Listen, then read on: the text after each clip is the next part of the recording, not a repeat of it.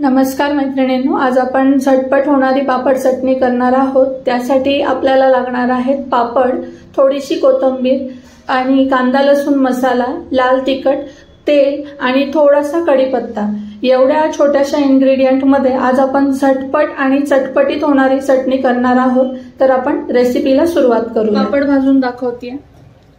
पापड हा कडेने पहिल्यांदा भाजायचा म्हणजे तो लागत नाही आणि सारखा पलटत राहायचा। त्याला मीडियम फ्लेमवर गॅस ठेवा आणि पलटताना खूप झटकन तो पलटू नका, नाही तर तो जळू शकतो।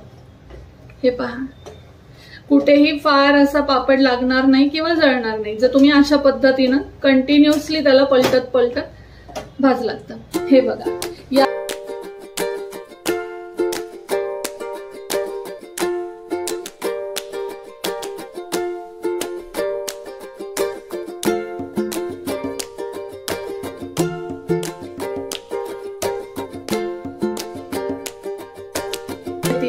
मी फक्त एक वाटीचं इथं प्रमाण घेतलेलं आहे। 4 पापड पुरेसे होतात इथे।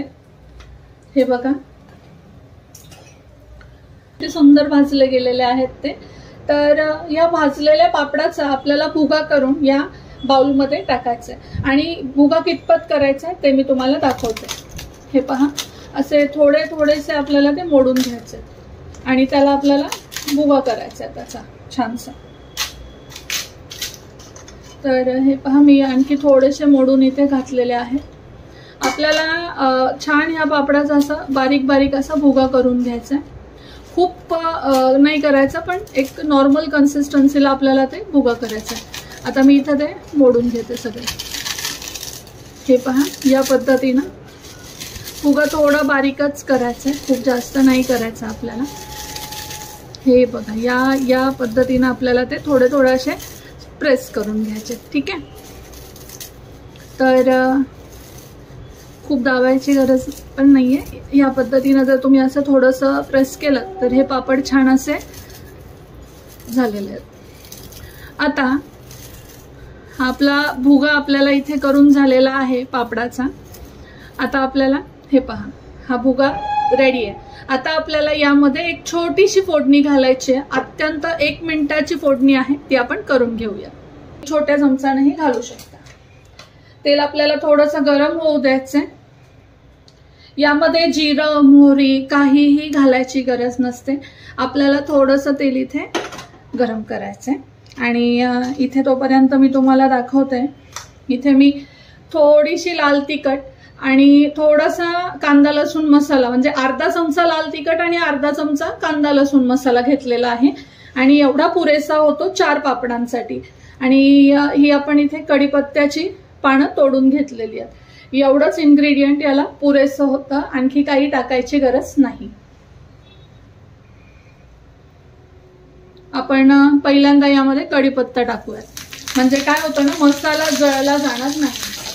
आता हे उचलून घ्यायचंय फोडणी पात्र आणि यामध्ये आता मसाला घालून घ्यायचा आणि हलवायचे छान। हे बघा, या पद्धतीने आपल्याला आता बाउल मध्ये ही फोडणी छानशी अशी टाकून घ्यायची। ठीक आहे, आता मी ही टाकलेली आहे आणि आता आपल्याला 1-2 मिनिटांनी ती लगेच मिक्स करायला घ्यायची। झालेलं आहे, हे पहा, आणि आपल्याला हे सगळीकडे असं छानसं पसरून घ्यायचंय तेल।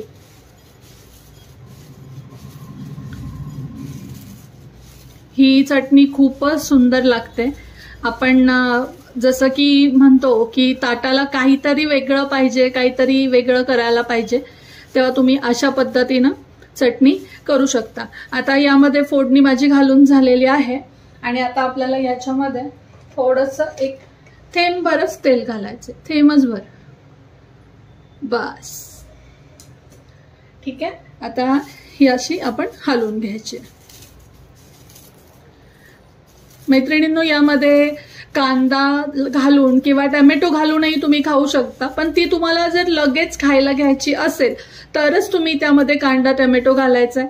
कारण काय होतं ना, कांदा आणि टोमॅटो मध्ये मॉइश्चर असतं आणि त्यामुळे पापड हा मऊ पडू शकतो।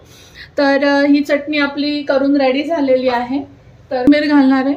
कोथिंबीर ही पूर्णतः कोरडी आहे, कुठेही ओल नाहीये तिला। थोडीशी कोथिंबीर घालायची आहे आवडत असल्यास थेंबभर तुम्ही लिंबाचा रसही यामध्ये घालू शकता, पण लिंबाच्या रसाचं प्रमाण जास्त नसावं, त्यानं काय होतं ना की हे मऊ पडून जाते चटणी, तर ती डब्यात वगैरे नेत असेल तर तिला मॉइश्चर होतं. तुम्ही पाहू शकता आपली चटपटीत आणि मस्त झटपट होणारी चटणी रेडी झालेली आहे.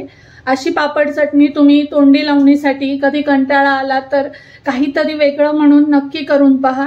चवीला खूपच सुंदर लागते, तुम्हाला नक्की आवडेल. आणि रेसिपी आवडली असल्यास चॅनलला लाईक, शेअर आणि सबस्क्राईब करा. धन्यवाद.